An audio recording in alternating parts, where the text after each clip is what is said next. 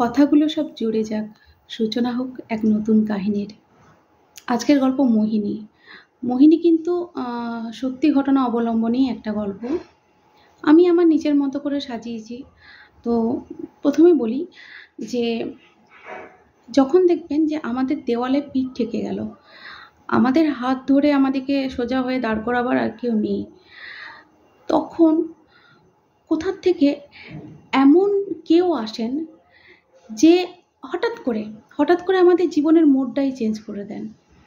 তো এরকমই একটা গল্প, মোহিনীর গল্প আমি আপনাকে বলবো, আপনাদের সবাইকে শোনাবো। ফার্স্টে বলি মোহিনী কি। মোহিনী তন্ত্র সাধনার যে সম্মোহন প্রক্রিয়া, তো এই সম্মোহন প্রক্রিয়া মোহিনীকে ডেকে সম্মোহন প্রক্রিয়া করায়ত্ত করা হয়। হ্যাঁ, তো কিন্তু অনেক সময় কি হয়, যদি মোহিনী মনে করে যে আমি কারোর লাইফে আসবো, তো সে আসতে পারে। এরকমই একটা গল্প। তো শুরু করি। আজ সকাল থেকেই পরিবেশটা বেশ খারাপ, চারদিকটা বেশ অন্ধকার ও গুমোট হয়ে গেছে। বৃষ্টি হব হব করছে, কিন্তু বৃষ্টির দেখা নেই। একই অবস্থা অনিমেষের মনেরও। একে বেকারত্বের জ্বালা, বাড়িতে বৃদ্ধ মা বাবা, টানাটানির সংসার, তার উপর আবার সদ্য প্রেমিকার সাথে বিচ্ছেদ। বিছানার ওপর উপুর হয়ে শুয়ে অনিমেষ চোখের জল ফেলছে। তার চোখের জলের সঙ্গী তার মুখের নিচে থাকা বালিশটা। হঠাৎ বিশাল একটা আওয়াজে ঘরের জানলাটা জলের ঝাপটা আর ঠান্ডা হাওয়াতে খুলে গেল। অবশেষে প্রকৃতি একটু স্বস্তির নিঃশ্বাস ফেলল। অনিমেষের মা অনিমেষের ঘরে ঢুকলো এক কাপ চা হাতে। চায়ের কাপটি বিছানার পাশের টেবিলটিতে নামিয়ে অনিমেষের মাথায় হাত বুলিয়ে বলল, কি হয়েছে বাবা? অনিমেষ তার মাকে জড়িয়েই ধরে বলল, জানো মা, কাল নমিতার বিয়ে, ছেলে ডাক্তার।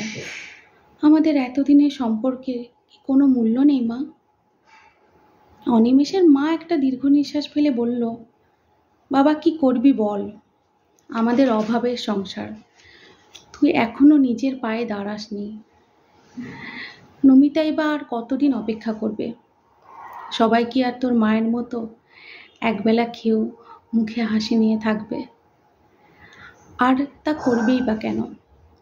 সে ভালো ঘরের মেয়ে, ডাক্তার ছেলের সাথে তার বিয়ে হচ্ছে, সে কি আর তোকে মনে রাখবে রে? নে উঠ, চাটা খা, ঠান্ডা হয়ে যাবে। এই বলে অনিমেষের মা ঘর থেকে বেরিয়ে গেল। সেদিনের রাতটা কোনোভাবে কাটল। আজ সকাল থেকে রায়বাড়িতে বিশাল আনন্দ উৎসব। আজ রায়বাড়ির একমাত্র মেয়ে নমিতা রায়ের বিয়ে।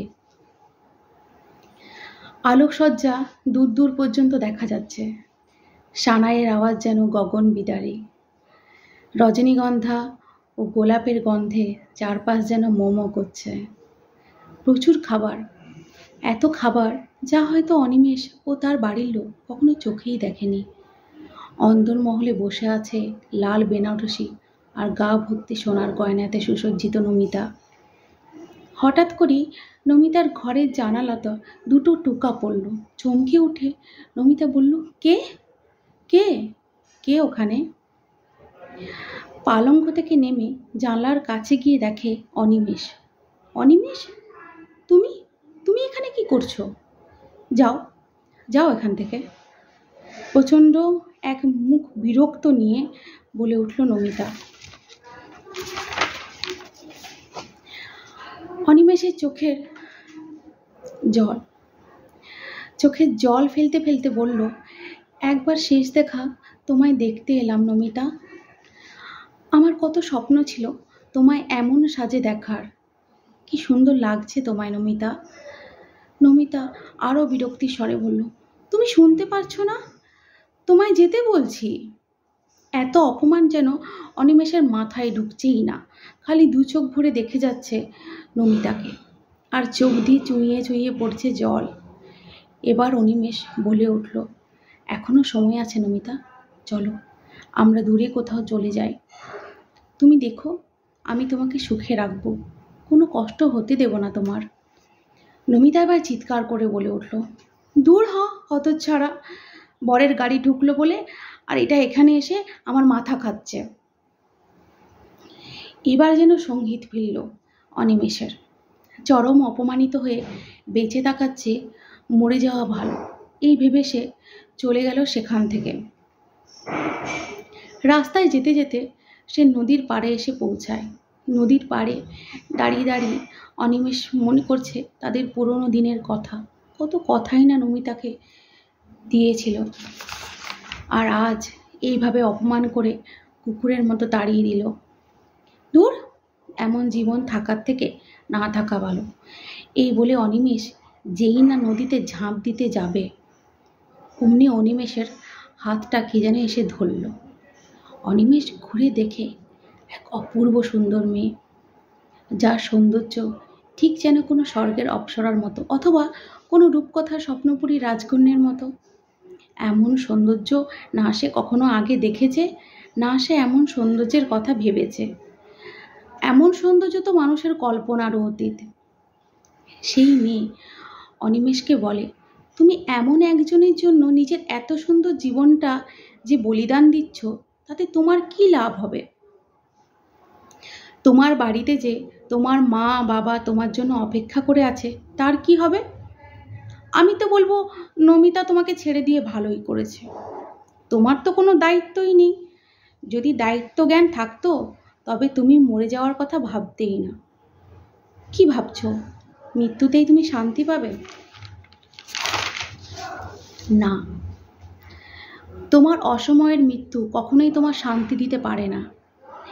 তোমার মুক্তি ততক্ষণ হবে না যতক্ষণ না তোমার চলে যাওয়ার সময় হচ্ছে, এবং বারংবার তোমার মৃত্যুর ঘটনাটি তোমার সাথে ঘটে চলবে যতদিন না তোমার মুক্তি হচ্ছে।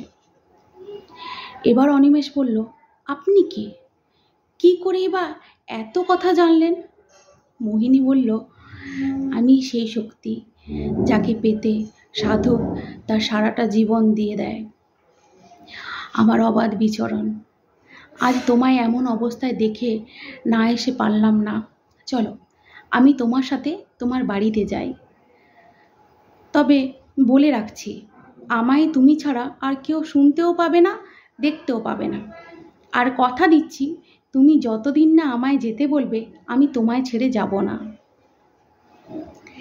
এবার তারা বাড়ি এলো।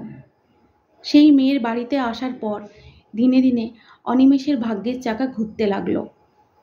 অনিমেষ বেশ কিছুদিনের মধ্যেই ব্যবসাতে খুব নাম করল। শহরের বিভিন্ন জায়গায় তার নামি দামি হোটেল এবং নার্সিংহোম, তার এখন নাগাল পাওয়াই দায়। আর এদিকে নমিতার বিয়ে 1 বছর হতে না হতেই জানতে পারে যে তার ডাক্তার স্বামী একটি চরিত্রহীন, একটি লম্পট। সে স্বামীর ঘর ছেড়ে ফিরে আসে মা বাবার কাছে। একদিন রাস্তা দিয়ে হেঁটে হেঁটে নমিতা যাচ্ছে, হঠাৎ করে সজোরে একটা গাড়ি এসে নমিতাকে ধাক্কা মারে। গাড়িটি ছিল অনিমেষের। এই কাণ্ডটি ঘটায় অনিমেষের ড্রাইভার অনিমেষ তাড়াতাড়ি গাড়ি থেকে নেমে নমিতাকে নিয়ে ভর্তি করে তারই নার্সিংহোমে। শহরের নামী ডাক্তার দিয়ে নমিতার চিকিৎসা করানো হয়, কিন্তু নমিতার জ্ঞান ফিরছে না। এদিকে নমিতার মা বাবা নার্সিংহোমে এসে হাজির। তারা বুঝতে পারে যে অনিমেষ ও তার ড্রাইভার ইচ্ছাকৃত কিছুই করেনি, ঘটনাটি ঘটে গেছে। তারপর তারা অনিমেষকে বলে, আসলে আমার মেয়ে কদিন ধরেই মানসিক যন্ত্রণায় ভুগছে। ডাক্তার ছেলে, বড় বাড়ি, গাড়ি এসব দেখে মেয়ের বিয়ে দিয়ে দিলাম, কিন্তু কি আর করব, মেয়ের কপালে সুখ নেই। মেয়ে আমার সুখী হলো না, আর আজ সে মৃত্যুর সাথে খেলা করছে। শুনে অনিমেষ ভীষণ আঘাত পেল এবং সে এক মনে ডাকলো সেই মেয়েকে, মানে মোহিনীকে, যে তার সাথে তার ঘরেই থাকে। সে এলো। অনিমেষ তাকে বলল, তুমি তো সব পারো, দাও না, দাও না নমিতাকে আবার সুস্থ করে দাও, আমার কাছে ফিরিয়ে দাও। মেয়েটি নমিতাকে সুস্থ করে দেয়। নমিতা সুস্থ হয়ে ওঠে সুস্থ হয়ে ওঠে নমিতা আবার অনিমেষের কাছে ফিরতে চায়। অনিমেষ তখন সব ভুলে গিয়ে নমিতাকে আবার আঁকড়ে ধরে। এমন সময় সেই মেয়ের আবির্ভাব। সেই মেয়েটি অনিমেষকে এসে বলে, যদি তুমি নমিতাকে বিয়ে করো তবে আমাকে ছাড়তে হবে, কারণ আমি যতক্ষণ থাকবো অন্য কোনো নারীর সাথে তোমায় দেখতে পারবো না। বলো অনিমেষ, তুমি কাকে চাও? অনিমেষ কিছুক্ষণ চুপ করে থেকে বলে, তুমি তো আমাকে দায়িত্ব কাকে বলে শিখিয়েছ। আজ নমিতার পাশে থাকা আমার কর্তব্য। সেই মেয়েটি একগাল হেসে বলল, আমি চলে যাচ্ছি, আর কখনো আসবো না। তবে জেনে রেখো, মোহিনীরা যখন পৃথিবীতে আসে তখন কারো স্বপ্ন পূরণ করতেই আসে। তবে আজ যদি তোমার কখনো আমাকে দরকার হয় তবে তোমরা আমাকে সাধনা করবে। সেই সাধনার মন্ত্র আমি দিয়ে গেলাম। সাধনার মন্ত্রটি শুনুন। ওম মোহিনী দেবী বজেশ্বরী কাম মালিনী মাম প্রিয়ন্তম আকর্ষৈ আকর্ষৈ আকর্ষৈ স্বাহা। 1008 বার যদি এই মন্ত্র জপ করা হয় তবে নিশ্চয়ই মোহিনী আসবে। তবে হ্যাঁ, মনে রাখবেন, তন্ত্র কিন্তু গুরুমুখী সাধনা। যে কোনো তন্ত্রই আপনি ভগবানকে ডাকুন, চাই যোগিনীদের ডাকুন বা পিশাচিনীদের ডাকুন, আপনাকে কিন্তু দেহবন্ধন আসন বন্ধন করতে হবে।